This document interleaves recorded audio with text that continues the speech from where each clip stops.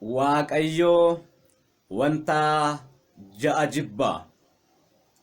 Maqaa Abbaa, kan Ilmaa, kan Hafuura Qulqulluu, Waaqa tokko. Ameen. በስመ አብ ወወልድ ወመንፈስ ቅዱስ አሐዱ አምላክ አሜን። መቃ አባ መቃ ኢልማ መቃ አፉረ ቁልቁሉ አሐዱ አምላክ አሜን። ከበጀምቶታ ጃለተምቶታ maatii waaqayyoo ijoolleen haadha keenya dubroo maariyaam biyya keessa biyya alaa teessanii addunyaa mararra teessanii sagaleen waaqayyoo kun kan isin bira ga'u hundumtuu akkam jirtu, akkamiin turtanii, akkamiin sa'aatii kana eegdanii. Galatni waaqa keenya uumaa keenya qoricha keenya Yesuus Kiristoosiif haa ta'u. Kan isa deesse qulqulleettii qulqullootaa abdii cubbamootaa waadaa ijoollee addaam kan taati dubroo maariyaam maqaan ishees kan ulfaate kan kabajamuuf haa ta'u. Akkasuma ergamootni waaqayyoo tolootni waaqayyoo qulqulloonni maqaan isaanii kan ulfaateef kan kabajamuuf haa ta'u. Egaa maatii waaqayyoo sagaleen waaqayyoo kun kan isin bira ga'u hiika kallattiidhaanis fakkeenya adda addaatiin kan dubbatamedha. Egaa maatii waaqayyoo dhaggeeffachuu jalqabdaniiti hin baay'inaan jedha. Mata duree godhannee kan ilaallu macaafa fakkeenyaa boqonnaa 6 lakkoofsa 16 irraati. Macaafa fakkeenyaa boqonnaa 6 lakkoofsa 16 irraa akkana jedha. Waaqayyoo eenyu jedhe? Waaqayyoo ilaala. Waaqayyoo wanta ja'a jibba jedha. Abbaa sagalee kanaa kan ta'e maqaan waaqayyoo kan ulfaate, kan kabajame, kan galateeffame nuuf haa ta'u. Jecha kana kan dubbate, kan barreesse abbaa keenya ogeessicha Solomoonidha.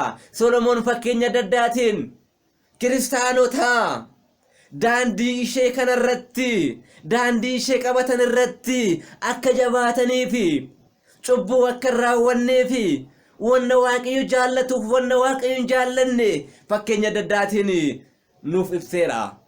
Egaa maatii waaqayyoo haa dhaggeeffannu, hojiitti jijjiirru sagalee waaqayyoo kana.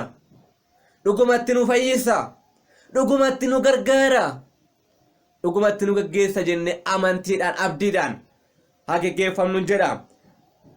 Egaa jechi sagalee kun akkana jedha. Waaqayyo wanta ja'a ni jibba, isa torbaffaa garuu ni ciiggaa jedha. Ilaalaa kamidha laata yaa kiristaanota? Kamidha laata kan waaqayyo jibbu jennee ilaaluu qabna. Keessatti of madaaluu qabna, keessatti of ilaaluu qabna. Wantoota ja'a ni jibba jedha. Maal akkana jibbu laalla? Jalqaba irratti nama guddaa godhe of qabu ni jibbaa jedha waaqayyo. Beekumsa isaatiin, qabeenyaa isaatiin, addunyaa irratti qabeenyaa isaatiin kan of jaju nan jibba jedha waaqayyo. Kanaaf egaa maatii waaqayyo qabeenyaa keenyaan ol of qabu hadhiisnu. Qabeenyaan keenya kuni dhugumatti namni fudhatee qabeenyaa isaa fudhatee du'u jira yookaan namni boqotu jira hin jiru gonkumaa. Kanaaf qabeenyaan isaatiin nama of jaju, beekumsa isaatiin nama of jaju nan jibbaa jedha. Seenaa Daawit ilaalaa. Daawit mootii ta'ee otoo jiru gad of deebisee gad of qabaa ture. Daawit abbaan keenya yeroo itti mootii ta'ee jirutti illee yeroo inni itti faaruu 150 kan barreesse waa'ee waaqayyoos yaadachaa, waa'ee waaqayyoofis dursa iddoo kennee mootummaa isaatis hojjechaa kan ture abbaa keenya Daawitiin arganna. Kanaaf ol hin qabinaa, gad deebituuti. Kan gad qabe immoo ol deebifama, ol kaafama jedha. Kanaaf jechuudha kiristaanota olof gad of qabnu jechuudha. Inni lammaffaan immoo kan waaqayyo jibbu keessaa harka nama balleessaa hin qabne kan baasu, dhiiga isaa kan dhangalaasu nan jibba jedhe. Ilaalaa nama balleessaa hin qabne, cubbuu kan ajjeesu, kan balleessu, kan itti mari'atu kana nan jibbaa jedhe. Nama balleessuuf yaadu, nama xonqoluudhaaf, nama tolchuudhaaf yaadu nan jibba jedhe waaqayyo. Kan waaqayyo jibba immoo raawwatinaa. Kanaaf waaqayyo gooftaan keenya har'a addunyaan lubbuu baasuudhaaf wal ajjeesuudhaaf walitti fiiga meeshaa qaree. Kanaaf kanallee nan jibbaa jedha Waaqayyo gooftaan keenya. Inni itti aanu sadaffaa irratti miilla waan hamaa raawwachuuf fiigu nan jibbaa jedha. Ani jaalladhu nan jibbaa miillaan naaf deemu miilla ijaa fiigu gonkumaan jaalladhu an nan jibba jedhe. Kan Waaqayyo jibbee kamitti jaallanna nuti? Kiristaanota Waaqayyo erga inni jibbee nutis jibbuu qabna. Hojii cubbuu kan ta'e raawwachuu dhiisuu qabna. Kanaaf macaafa fakkeenyaa boqonnaa 6:16 irratti kan dubbatame kanaafidha. Nan jibba jechaa jira Waaqayyo gooftaan. Kanaaf maatii Waaqayyo kunoo yeroo mana amantaa deemtan namni tokko yoo wal lolaa jira ta'e yeroo itti isinillee irra goruuf jirtan jira. Namoonni tokko yeroo itti mana amantaa deemanitti nama wal lolaa jiru yeroo bira ga'an ofii eeganii gidduu baanitti lakaasu ilaalaa.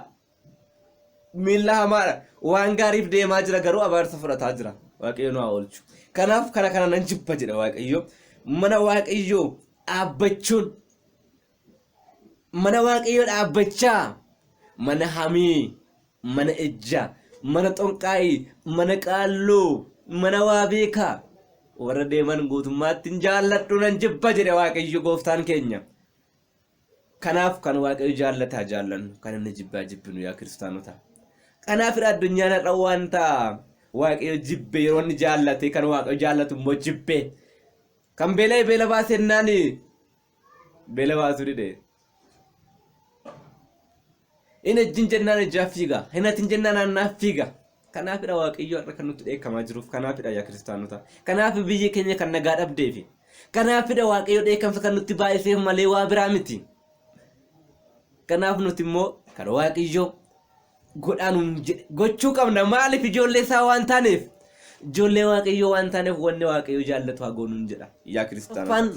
Nama sobaan dhugaa ba'u nan jibba jedhe. Egaa kanarratti maatii Waaqayyo sobaan wal gurguruun sobaan wal balleessuun akka bu'aan qabnedha jechuudha. Egaa maatii Waaqayyo addunyaan har'a maal godha? Birrii nyaateeti ragaa sobaa namatti bahe maal godha? Lubbuu isaatiif galaan qopheeffanneeti. Galaa qopheeffannu yaa kiristaanota. Kanaaf sobaan dhugaa ba'uun cubbuu akka ta'e mana xonqaayii deemuun cubbuu akka ta'e akka Waaqayyo jibbu hanna sobaa sagaagalummaa nama qabeenyaa isaatiin ol of qabu nama dhiiga nama qulqulluu dhangalaasuuf fiigu nama addunyaa irratti ol of qabu akka jibbu Waaqayyo wanta Waaqayyo jibbu immoo nutis jibbuu qabna. Bakka nutis jibbine kan Waaqayyo jaallachuu qabna. Waaqayyo gooftaa keenyaaf galanni haa ta'u. Mata duree godhannee kan waliin ilaallee macaafa fakkeenyaa boqonnaa 6:16 irratti Waaqayyo wanta jedha ni jibba 7ffaa baay'ee ni ciigga jedha. Abbaa sagalee kanaa kan ta'e maqaan Waaqayyo kan ulfaatan kabajamu haa ta'u. Waaqayyo gooftaan keenya kan inni jaallate akka jaallannee kan inni jibbe immoo akka jibbuun hunduma keenya nu gargaaru. Galanni Waaqa akka kaasee jalqabsiisee hundumseef galanni haa ta'u. Deessuu haadha isaa Dubroo Maariyaam ergamoota Waaqayyo toloota hundumaaf galanni ulfinna ta'u. Gabara baraatti ameen.